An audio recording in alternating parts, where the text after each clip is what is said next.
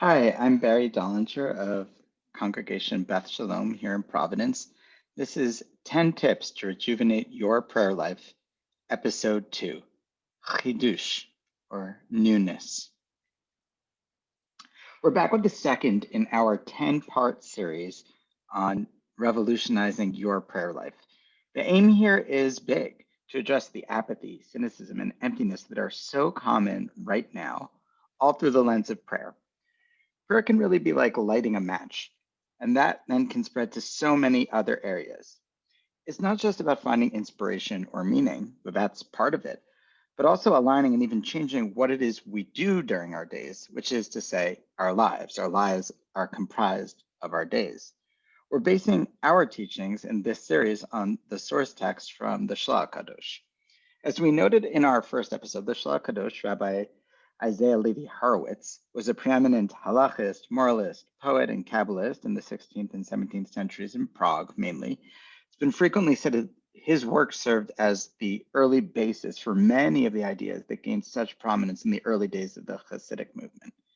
In his magnum opus, Shnei Luchot Habrit, the two tablets of the covenant, where the first letters of each word, Shin, Lamed, and He, also stand for his name, as he was called, Shia Levi Horowitz, he included small, complete works on different key subjects.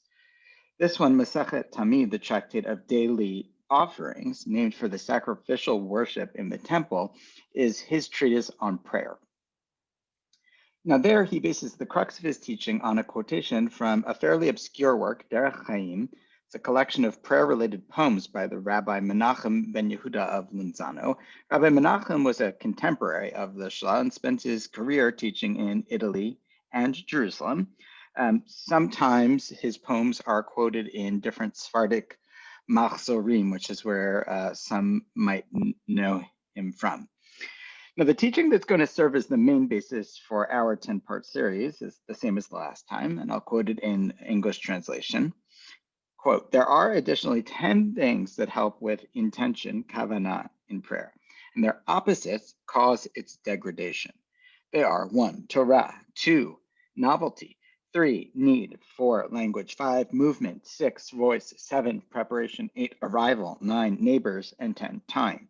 The rest of this episode today will focus on item number 2 on the list, which is chidush, or novelty, newness. Now, here's the language of the text from the Shla Kadosh in Masechet Tamid. The second, chidush, newness, means to say that a person should innovate words of supplication, questions, requests, and at least some, if not all, of the blessings of prayer in the Amidah.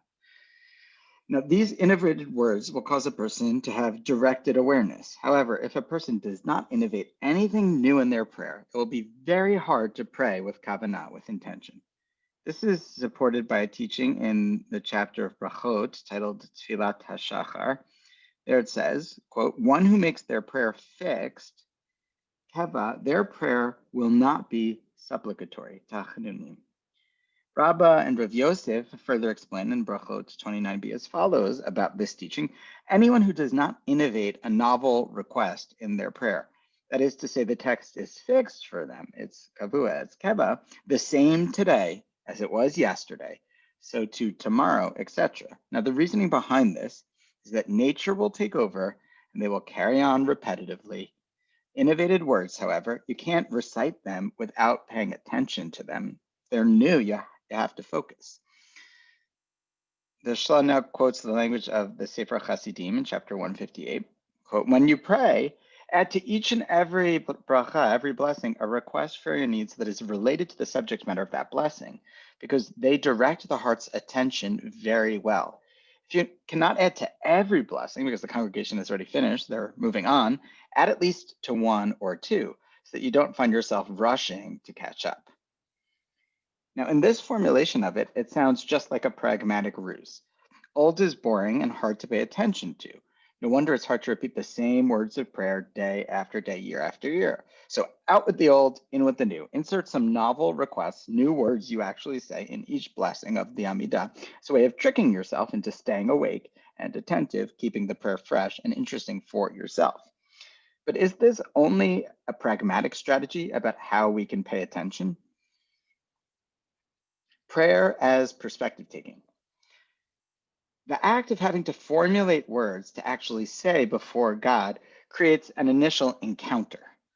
Not unlike having to speak in public or being called to testify in a courtroom, there's an inherent seriousness and reverence to the matter.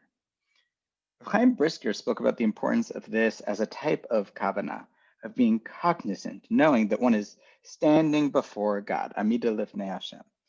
One might have thought that kavanah, intention in prayer, is about knowing the meaning of the words, Pirush Hamilot. That's one type of intention, says Rav Chaim Brisker, and it's important. But actually going through the experience of standing before God while praying, that's the most foundational aspect of prayer and one that's frequently missing. Without that, it's not really prayer. The Piaseczner Rebbe, in his holy way, stressed the same thing in his work B'nai Machshava Tova. So much of that teaching, of that book, is about strategies for palpably having God as a presence in our lives. Shifting prayer from a fixed text to a blank slate waiting for you to author the words of the prayer, this simple act is a total revolution. It's like combining Rabbi Nachman's popular practice of hitbodedut, of finding time to isolate and let it all spill out to God as a friend in your vernacular, and putting it right smack in the middle of the Amidah. It's not a side practice for personal time. It's what you do in shul during the Amidah, the most central prayer. Now, in addition to a sense of alertness and active participation referenced by the Shlach Kodesh, it does something else, something not just pragmatic, but substantive. If you're going to request something from God, you're naturally going to take the next step and try and justify why it'd be a good idea for God to grant your request. You'll be providing God with justifications in response to the question, why? Why should I do this? Now, when a person tries to convince someone of something, they usually try and do so on terms that are compelling to the other person in their subjective situation as you assess it. This is implicit, not explicit, in the strategies we employ to influence and communicate with others. It's not manipulative, it just makes sense. It's how we talk. Now, doing that with God puts us, the people praying, in the position of trying as best we can to take God's perspective on the matter. Let's take a practical example to make it real. Say you come to the prayer Barech Aleinu, which is the prayer in the Amidah about livelihood, about having money and food to eat, and you decide you're going to ask for a job because you were recently laid off. Your prayer could go like this: Ribono Sha'olam, Master of the Universe, please help me find a new job quickly. Now, at first, it might just be about the basic felt need. You need a job. But because the request is directed to God, it opens up and becomes an increasingly spiritual request in your prayer. You might go on. Let it be a job that brings me some measure of happiness and self-actualization. After all, we're all created in your image, possessing inherent dignity, B'Tzalem Elohim. Without a job, I'm so stressed, can't afford to pay the bills. I'm worried about my family. But if I get this job, I'll be able to study better without distraction, help support business in the community that need help because of the horrible pandemic, be able to donate more to local charities, to the shul, to my children's day school, to institutions that make your presence known in the world and imbue this world with sanctity, with kedusha. And before you know it, you're not just praying for a job, you're praying for God's holiness to be manifest in the world. And just in the act of praying to God, it's going to frame the request in a particular lens for you, a religious lens. You'll come to view that job, if you get it, when you get it, in a very different way, in a very different context, a context of kedusha, sanctity, not just money. You'll come to view charity differently and dignity. Also, and importantly, the prayers are said in the plural. This has been spoken about a lot, and lend themselves to requests for others or the collective as a whole. Prayers for healing, for example, can become prayers for those we know are ill, and there are so many right now. And after praying such a prayer that Jane Doe should have healing, that all of those suffering from the coronavirus should have healing, for example, is it not more likely that you're going to call and check in with the people you know are sick that you're praying for?